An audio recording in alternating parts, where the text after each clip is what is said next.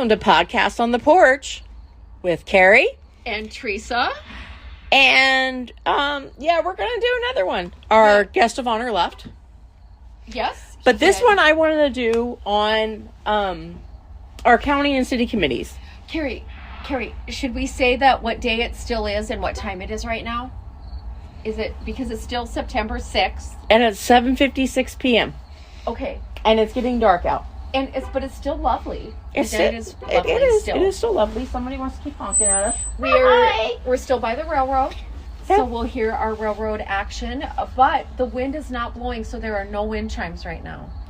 There wasn't wind chimes on our last one. Oh my gosh, Kurt's going to be happy. I know, right? There's a squeaky chair that I'm sitting in, but is his squeaky rocky chair. But yeah. So, WD-40, Kurt, come on. Yes. So this is our second one the second one for the same night, same evening. So the county study commission, right? Yes. Is that what it's called? Decided to mail out postcards to random people, right? For their survey? Okay, not postcards. But so what we did is, so remember we have the two different committees. We've Correct. got the city and we've got the county government review. So I'm on the county government review, and there are 5 of us. Rick Holden is our chair. Jesse Schaff is our vice chair. Linda Baker sits on it, Alan McCrae, and myself, and we have our, and there's one commissioner, Brad Mitchell, who sits kind of as a resource if we have questions about how county government runs. And so what we had done is, and we are always inviting public comment at the meetings. We're inviting letters, emails, anything so that we can get input from the county. But what we wanted to do first was do education, and so that's where we put out our different articles about the different forms of government in the newspaper, and then we were following it up with our survey. And so what our commission decided was that they wanted to send out 350 randomized paper surveys to different voters and so we were able to work with Shirley Kryman, and the actual program that has the voters on it, the registers voters, the program has a feature which can pull out just 350 random voters. We all got together. We're working with MSU. And so the questions on the survey, all of us together went question by question very meaningfully to look at how we could make it as I guess neutral as possible for the people that got those surveys. How can we make that survey neutral so that it doesn't look like we're swaying one way or another? And all 5 of us looked at it different ways and put our perspective in it. And so we were able to get those surveys printed off. We have absolutely no idea who the surveys went out to, because Shirley and the staff at the courthouse printed the labels off. We, as the commission, stuffed the envelopes with the return envelope to the courthouse. And after we got those stuffed, the staff at the courthouse put the address labels on that. So we don't know who it went to at all. So why would you only choose 350 instead of using SurveyMonkey and getting your better input, I guess you could say, from your community? That's an excellent question, and this is what our commission, because so I had wanted to do it more like the city is doing it. They're putting out paper surveys in different locations, and use something like a SurveyMonkey that you can put out. And this was and this is a part of being a part of a group where there's voting. The majority of our commission was very concerned about the possibility of skewing of the survey results that way, where if you have, like, one person might be able to take 10 paper surveys home and fill them all out the way they wanted it and put it back into the box and have it counted that way. Or that Survey Monkey could possibly do the same thing, where you could just keep taking the survey over and over. And that was what our commission was concerned about. And so they sent out, I apologize right now, I don't know what the percentage, what the 350 of the voters were for the county. They wanted to send out a percentage, which came out to about 350. But the thing is that even though, and it was, they felt it was more controlled that way. And so that then those surveys, when they come back in, then they're not coming back into any of us. They are going straight, the county was going to package up all those surveys, send it to MSU, and MSU is processing that for us. And so our hope then is that we are going to get the survey results back before November. And so then we can, of course, publicize what those survey results were. But we're going to be following up the statute requires that we have a public hearing. And so just because a person didn't get that survey doesn't mean that their voice can't be heard. And we still want people to come to the public hearing that we have by statute, and to come to the meetings, to send out the email, to send it in writing, and send all of the information that they have and that the input that they have. And so it was one step to gather information, which is different than how the city is doing it right now. And so we're going to talk about how the city is doing it, although neither one of us are on that city commission. But it's going to be, I'm really excited to get the results back from what the county has to say, and then to invite as many people as possible when we do our public hearing, and invite people to come and also share. And that's where we're at right now. Okay, so grab your phone for a sec. Okay, wait, do I need my glasses? No, I'm going to use it. Okay. I just need you to get on it. Okay, hold on. So you can open up that message I sent you.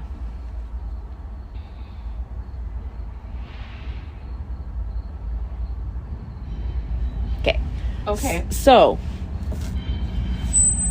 Okay. Maria Walker posted so far what Survey Monkey has sent in. So I tested that theory to see if you could take that survey multiple times, and you cannot. Okay. It is linked to your IP address. Oh. Okay. So you can't do it. Okay, so what she has on here, what you did is you text me her Facebook post, her social media post that says, postcards for the City of Glendive Government Study Review are on their way to you. Please take a minute to give us your opinions. We want to hear from you. Here is a small initial result to one question. And so she was just putting that out as an idea. Add your voice. If you are not tech savvy, we have paper surveys available at Craven's, Glendive Chamber, Boss, and City Hall. You can turn them in where you pick them up or hand them out to a committee member. You can also scan and email too, and then she's got the email address there as well. Okay, so yep, and so how many did she have in already? This was a answered 25, and so that was one of the questions. But technically, so that's good that Survey Monkey won't allow you to do another one, but there's nothing that could stop somebody from filling out a bunch of paper ones. Right? Have you done that survey yet? This one? Yeah. Yes, I did. Because some people were asking how you would get the name and stuff like that. So, it asks for your email. Yep. So, That's one way, unless you're one of those weird people that has 50 emails. And your street that you live on. And they're matching all that up. So that, I think, would drastically help, is that if you went out and filled out 10, she knows for a fact that 10 people don't live on such and such street. Absolutely. Like, that's common sense. Yeah. And so I think that is one of those things that's nice about it. Now, do I think that there should be paper surveys? No. But there are a lot of people that are not savvy, and I like the fact that the city did that. Right. That they made that, that they gave that opportunity for people to do that. Now, do I think if we ever had to do this again, we should probably do a QR code? Would probably be a lot easier for everybody. As cheap to make a QR code. Excuse me. Yep. And, but this is exciting. It is, really, because you look at what the results. Just that little bit from those 25 people that put in. There are people that want change. A lot of people think that nobody wants change. But there's people that can't talk because of what they do for a living. And this gives them the grand opportunity to voice their opinion. And I've heard people very upset with your committee because that survey is not put out the way this one is. They feel that you guys don't only want to hear a small quarter of the population versus the entity of itself. So, which I have to go, I don't even know how many registered voters we have in Dawson County. I know how many people we have living here. I know what our population is. But that also includes Richie. Yes. And so I tried to explain this to somebody the other day that when they were asking me if we changed our government, how would it affect the town of Richie? And I was like, well, the town of Richie, even though they live in Dawson County, are their own entity. Richie, that we have 2 incorporated municipalities in Dawson County. One is Richie and one is Glendive. And so Richie, because Richie voted on whether they wanted a local government review, and they did not.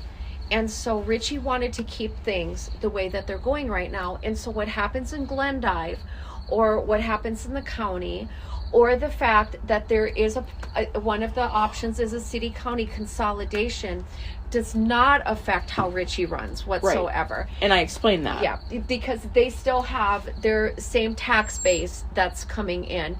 If for some reason that 90% of the residents of Dawson County and Glendive wanted city-county consolidation of Glendive and Dawson County, Richie is still an incorporated municipality that runs off of its own tax base. So the only thing we share with Richie is the marijuana tax. Yeah. Literally, that's it. Yes. One of the other things I was going to talk to you about that has really been bothering me is, and aside from our committee and stuff, but it was a question on the city thing, is about our law enforcement. And how that, I personally feel, and it was question 11, I don't know why I remember it, is that it should have been broken into more subparts, because it asked if you feel that law enforcement is inadequate or adequate. And, you know, I really dig deep into this stuff, and I was like, well, to me, this is just my opinion, they are adequately staffed, but they are inadequately spending their funds. I can't remember. I filled mine out a little bit ago. Was there an option to comment on that? There was on, it asked something, and I put in there about how I feel that question should be broken down into different points due to the fact that, we'll just bring this up on the vehicle spending. They just got 4 new vehicles in the fleet 2 years ago, and now they need more vehicles. But we're going to spend $70,000 again on one vehicle. Was it a Ford Raptor or something like that? Which is supposed to be a law enforcement all-terrain vehicle, but we live in Glendive, Montana. we don't need a Ford Raptor. We're not Los Angeles. We're not. We don't need something like that. If that was the case, which is very interesting to me that this even got brought up and talked about, because I remember sitting in that meeting, and I think you were mayor at the time, when Swisher brought up buying those Dodge Chargers, wasn't it, or something like that? Yeah. And they were used, and Clyde Mitchell and Jason Stewart, I think it was, and there was one other person. I remember Clyde Mitchell really voicing, Mike Dryden voiced it too, about spending money on used vehicles has burned them in the past. And they were promised that these vehicles would last. In my opinion, 2 years is not adequate for use of a vehicle. So it makes me wonder, what are you doing to your fleet that you are losing vehicles left and right? I don't agree with each officer being able to take one home at night, because they're not getting paid like the sheriff's department does for on-call pay, to where they're on call. They're 24/7. They're on call. They get an on-call pay. Our police department doesn't get that. So there's no point of taking vehicles home. And I've talked to residents about this, and a few of them that used to work in our police department remember back in the day when they had 3 squad cars, and the chief of police never got to take one home. That somebody always had to go pick him up when there was a situation. And I'm like, well, I kind of feel like that's kind of really interesting that he didn't just drive himself to wherever him or her needed to be. But we don't need a fleet of 14 vehicles. You have 14 officers. You don't need 14 vehicles. The sheriff's department doesn't have a vehicle for every Tom, Dick, and Harry that works for him. No. Okay, all right, okay. So, first of all, I'm gonna, we swirl back and forth. We do, but that question on that survey, that's why it was bothering me when you think about it, because some of those surveys, the way the questions are, you need to dig deeper into. Anyways, keep going. I'm going to roll back, and then I have another question for you. So I want to roll back to say that both of the commissions then, by the majority vote on both ones, are doing their surveys in 2 completely different ways. And right. I respect both ways. I respect that, and I'm really excited to see what the results are, but also for people to know, both in the city government and in the county government review, please come and make your voice heard. And also, again, when's your meetings? When is our meetings? So right now, we are pausing our meetings until we get our results. And because we were having them every 2 weeks, our commission decided they wanted to have them every 2 weeks on a Tuesday, the first and the third Tuesday at 7 o'clock. And that was when the majority decision, that was the majority vote to have it. And right now, because we're waiting for the bulk surveys came back and they got mailed to MSU. And so now we're going to wait for those to be processed. And so we're, Chair Rick Holden decided there was no reason to have a meeting until we have those results back. So then we can review them and then make decisions on public hearings from there. So we're waiting, and then it'll be posted. Okay. So you're looking at changing the date and time? Because, I mean, you're kind of having it the same time as another government entity having their main meetings. And you are right. And that was the majority vote of our commission was decided when they wanted to have that meeting. And, yep, I know what you're saying. And that was when that decision was voted on. And so that's all I can speak of, is that it was voted on to have it at that time. But we will be able to, but you can still email in your public comment if you want, and please also, and I can't tell you when the city commission has their meetings. They're usually on a Thursday. Like the last Thursday. But please, I know they want to hear from the public as well, whether they fill out the survey or if they fill out the survey and still want to come and be heard. And people got to remember, just because it's a city review board doesn't mean that as a county resident who lives in the county can't come and speak their opinion. Absolutely. You know, and vice versa, because obviously it's different for your versus the other. Because we all coincide together. And I really want to know whoever came up with this West Glendive, regular Glendive thing, why that even came about. Because that was a horrible, horrible thing. And now there's so much animosity between the two groups that it's horrendous. Because you can hear people. Now, I've noticed the younger people that live over there would like to be part of the city, but the older people that have obviously... they're passionate one way or the other. That have seen some stuff. Oh my gosh, but the people in West Glendive, they are amazing. That is like one of our largest residential areas, and one of our largest family areas is sitting in West Glendive right now. And I find that exciting. I have a question for you, Carrie. You are going to be coming up as one of our new council members. Do you have goals? Do you have a vision? Do you have things that you want to see happen with the city of Glendive? Well, what I want to do when I first get in there is I want to read. I want to read what they're talking about behind everything, and see the breakdowns of what they're working on. And most people don't know, but I did attend college. I did attend college for 3 different careers. I just was a military spouse and moved all the time and changed my mind constantly and didn't know what I want to be when I wanted to grow up. I went to college for accounting. I did get my para certificate, so I guess I did finish that. And I also went to college for law. Well, I was enrolled in my paralegal stuff, and then I was going on to law. Anyways, so I want to kind of see that type of stuff. And like I was saying, is that you have to dig deep to see what some of these committees have been doing.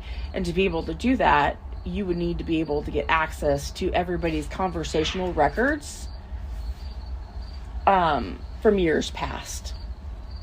Because during the research that you and I did, like I was telling you, like the personnel committee and how it shouldn't be a committee. And then the ordinance and the resolution committee really technically belongs to your city attorney. And isn't it great to get the input from like other sources, right? Like credible sources outside of town. And then when you and then you look at our FUPR committee, in reality, that committee really needs to be broken down into more subsections, because all the money shouldn't be in 2 people's hands per se, when it needs to be spaced out more. And you should be able to look at, to me, breaking it down smaller into subsections would help to be able to break down what your finances are in each subsection of the community, from parks and recs to street and bridge to lights. And I don't have my paperwork that I wrote everything down on. But seeing what each one of those entities are costing and spending, and where we can save the dollar at, or cut, or add, or whatever we need. Because, living in this community that I have lived in for 15 years now, I can easily tell you that obviously we've got some issues in our streets. Oh, water and sewer was the other one. And we have really bad issues with our water and sewer, when you have a sewer line that breaks every 3 months on the dot in the winter time in the same location. So obviously we're consistently spending money in one block per se, which when you look at that, because last year it went 2 weeks without it breaking. So, why are we spending so much on this? Are we not buying the proper equipment? Are we doing it cheap? Are we, what are we doing wrong? To where we are digging up this same spot and we are spending all of our funding to repair this road in this one spot numerous times over and over and over again, and we're leaving these 4 blocks this way that aren't getting fixed because we ran out of funding. That's what I want to see, to where we're breaking down the finances of what we got going on with departments and all of that stuff. Like I was telling you about how I feel that the police department is not spending their funding correctly. In a community so small, why are we giving a police department $2 million? Like, what are we spending $2 million on? I mean, I'm not dumb. I know how to count wages. Your wages aren't even $500,000 in there. Like, what are we doing that we're spending that much? Like, okay, if we're spending it on fuel, all right, cool. But are they doing their logbooks? Are you telling me their mileage? Is their mileage accounting to what their call volume is? Are we just letting vehicles sit there and idle for hours on end when we're not doing anything? Are we doing unnecessary runs for whatever may be? Are we, spending money on a $300 coffee pot? Stuff like, stuff like that. And I understand they have a kitchen in there. Like, I get it. And they're probably one of the only ones that has a kitchen in all of everything. But I can tell you from working for a government service agency before, numerous times, they may supply the microwave, but you have to bring everything to make what you need to make in that microwave. Nobody should be supplying dishes and, whatever. Now, as for dispatchers, don't get me wrong, do I feel that as a taxpayer, we should be able to help them out a little bit and buy them some coffee? Sure. But we don't need to buy them Starbucks, type thing. Like looking at little entities and stuff like that, because pennies end up being dollars. And let's talk about like tires and windshields and, holding people accountable for destroying from any type of vehicle that belongs to a government entity. When I worked over in England and I worked for AFES, we had to write a report if anything happened to that vehicle that we took to drive for work. Like, you hit a bird, you had to write a report because that bird dented such and such. Like, but that goes on the same factor of, you've rented a car, haven't you? No. Okay, I've rented a car. I've rented cars all the time because I travel a lot. You have to sign off that you agree with every ding and dent. Do you know what I do? I take a video every time I rent a car. Every time. Take close-ups of anything, and I mark it on my paper, because when I drop that vehicle back in, they do the same type of inspection, and you can prove that that stuff was there. It's the same thing, because a few years ago, we had an officer that ran the vehicle out of gas and killed, I can't remember what it was. He broke something in the vehicle because he ran it out of gas. Now, why are you running a vehicle out of gas? That's, as a law enforcement official, your tank should always be full. Now, Teresa Olson can run things out of gas. I'm really good at that.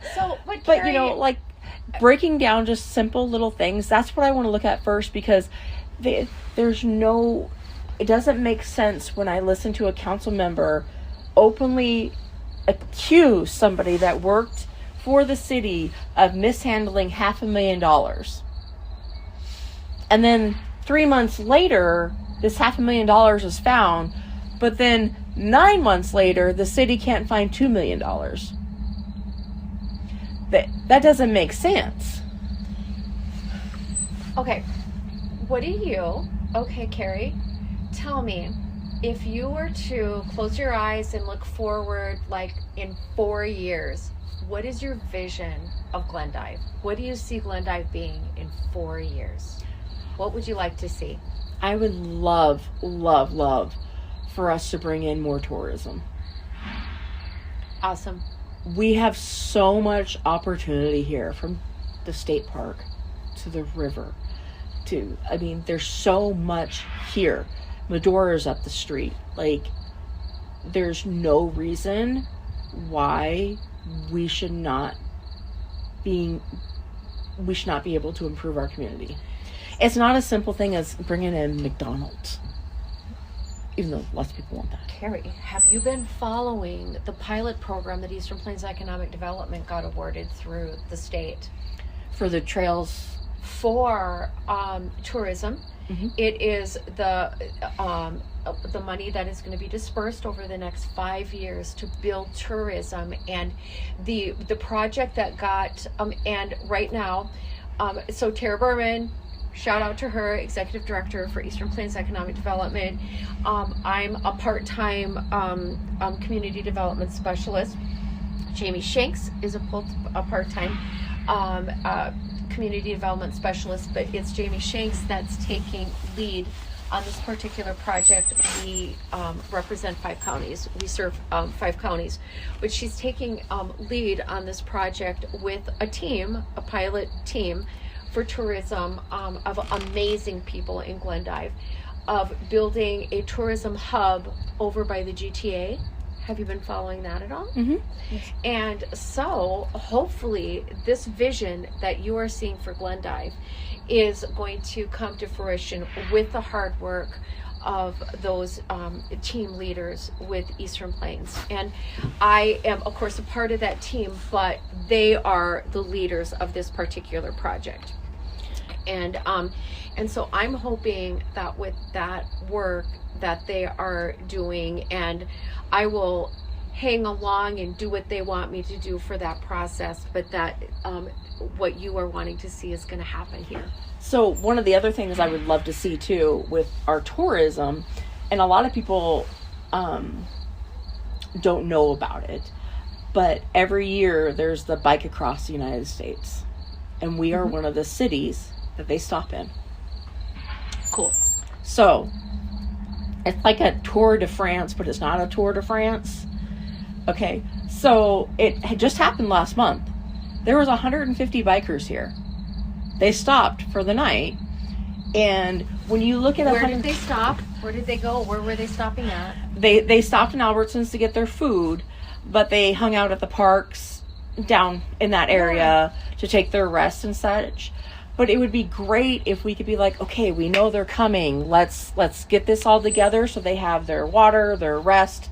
Let's bring them in. Let's do a little thing to where we have towards there. And the other thing I would love to see, I love downtown Bozeman. I just love the old time feel. Missoula's done the same thing down there, to where all their historical buildings look like they did in 1875. And I really think that we should be able to find a way to focus on helping our business owners in downtown to have their buildings come back like that. You are going to be in the perfect place in the city as a council member to make that happen. There are programs that the city can do to help make those facades come to life on Main Street. And so this is going to be exciting. We're going to be able to see this. Yeah. You can pull that torch out.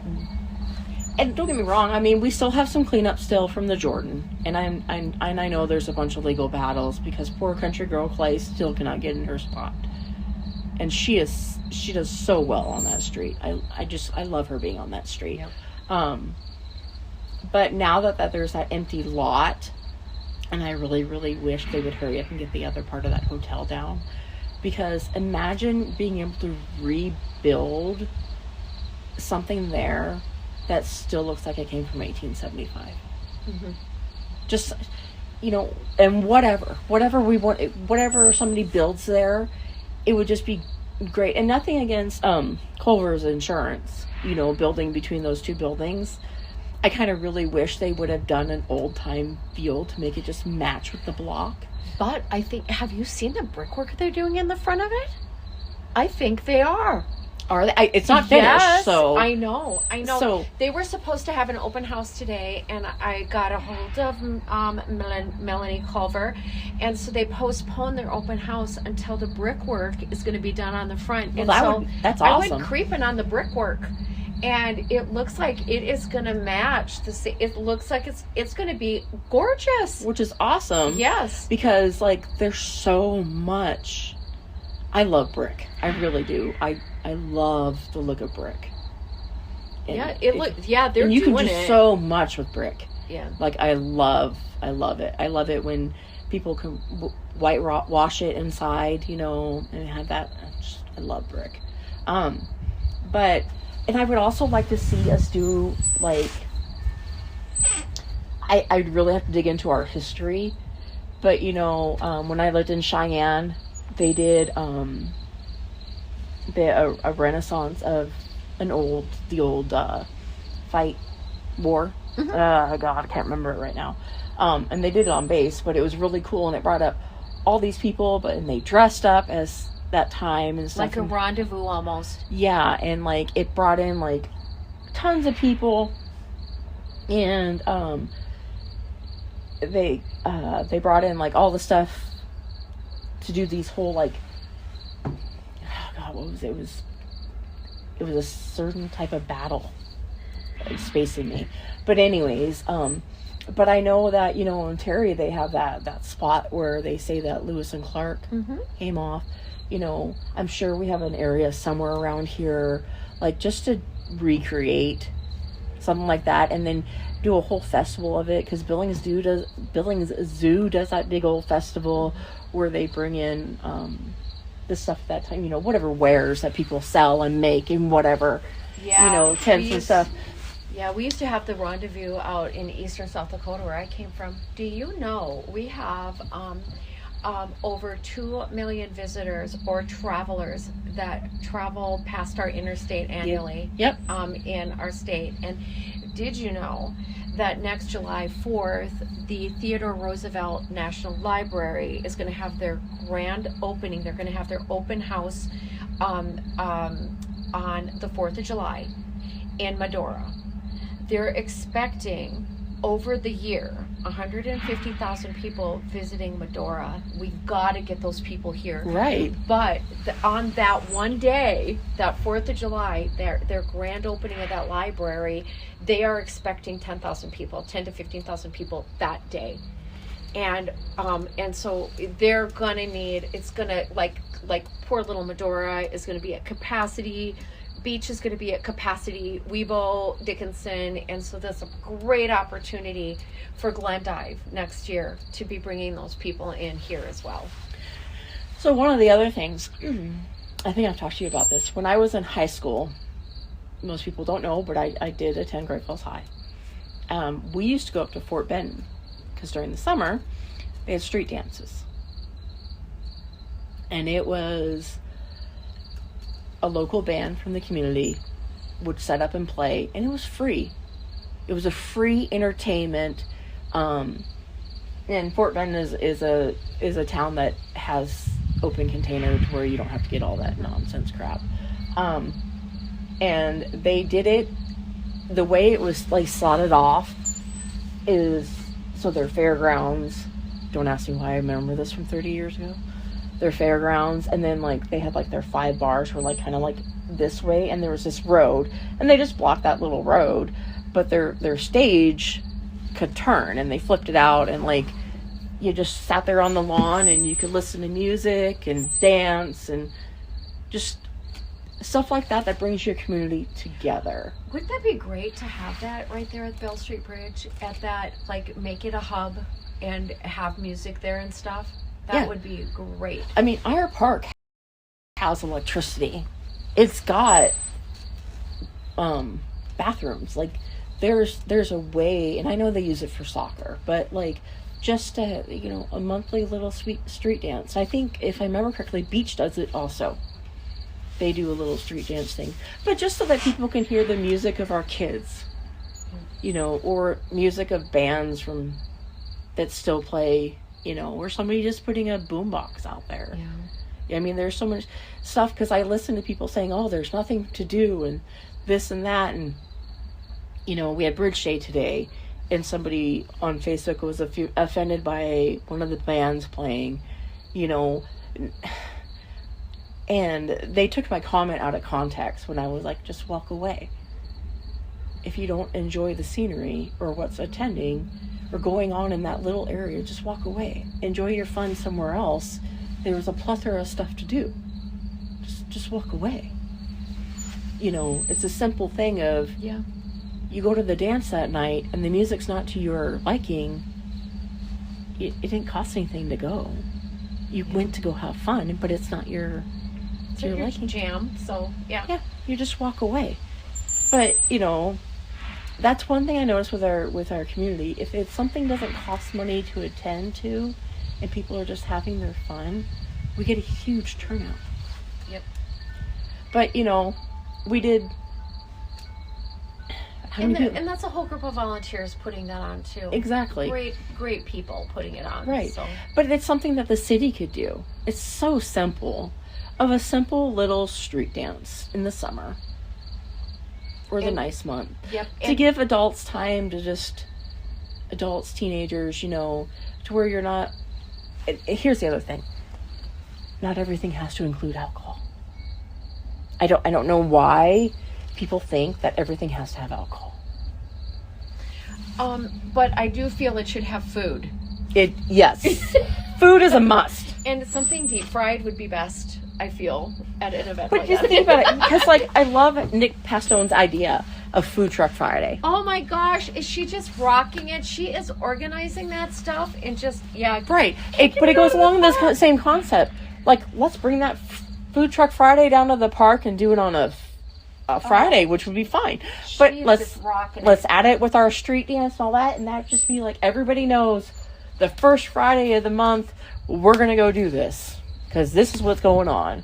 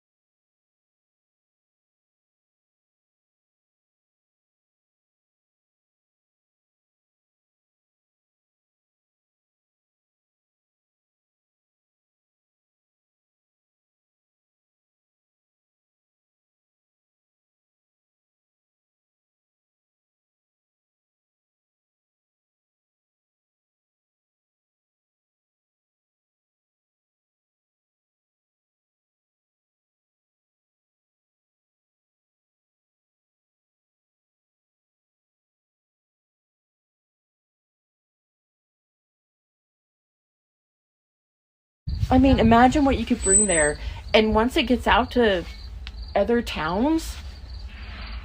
Carrie, I'm so excited for you being on the council. I'm really excited for new ideas, and I'm really going to be excited about the perspective that you're going to be bringing in, and I hope that people feel comfortable to come to you with new ideas and with concerns and with praise for the whatever good is going on. And this will be great. This will be great to watch, and I'm glad I get to sit here and watch you be successful with this. And I mean, you and I have talked. We may not agree on every single topic, but we still talk. We do, and we have stayed friends through some pretty amazing things. And I'm not going to lie, when I was up there at the city, and sometimes you would come up, and and you always spoke your mind, and it was, oh dear, what's she going to say now? Right. But I've had people come up and speak their mind to me, and I'm like, okay, Thank you for your comment, and it's okay to say that. It's okay just to say thank you for your comment. Right. And that's all right. I'm not going to sit here and argue with somebody, but tell me your concerns, and I'll try to understand what you're coming from. Mm-hmm. I may not have the same problem, but maybe I can help you solve it. And I have no problem with that. But it goes to the same thing that I was telling you with the kids that I saw that morning, Don't ever feel bad to ask. The worst thing somebody could tell you is no. Yeah. Just because one person tells you no doesn't mean the next person's going to tell you no. Yep. You just have to ask. And it's just simple things. And, there's this lady I was watching on TikTok, and she just made me smile because she dances on TikTok, makes a fool out of herself, and she has no problem with it. And she's a teacher. You know why she dances every morning? Why? To make sure her kids can eat lunch every single day in her classroom. Her classroom of kids. So I think that we need to do a shout out for our teachers, because I happen to know that probably the majority, I'm thinking probably all of them, but I haven't talked to all of them, they always have food for their kids in their class, and it's coming out of their own pockets. It is. And they always take care of their kids in the Glendive school system, and the ones that I talk to have always done that. And that with all of the programs and the things that we have in place, we have hungry kids, and those teachers who are not making the most money are making sure that those little kiddos are taken care of. Right. So a shout out to our teachers too. And I'm one of those parents that always make sure we bring extra snacks. Yep. And I'm sure you were one of those parents too. My kids were probably the ones that were eating the dry bread peanut butter sandwiches that I just put together for them, but they're all alive and well, and they have survived. So. My gosh, Carrie, we've done 2 podcasts tonight. Right. We've done good. I'm actually starting to get cold. I know. It got a little chilly, got a little dark out here. The moon, turn around and look at that gorgeous moon. It's looking good back there. It's supposed to be an eclipse. Mm-hmm. Coming, so. And it's a 2-day full, because it was full yesterday. It's full today, and tomorrow is supposed to be the eclipse. You will not be able to see it really in the United States without a telescope. So, well, but it'll be still cool. Let's close up this podcast. All right. Thanks for staying with us, guys. Have a good night. Podcast on the Porch with Carrie and Teresa. All right. See you later. Okay, bye.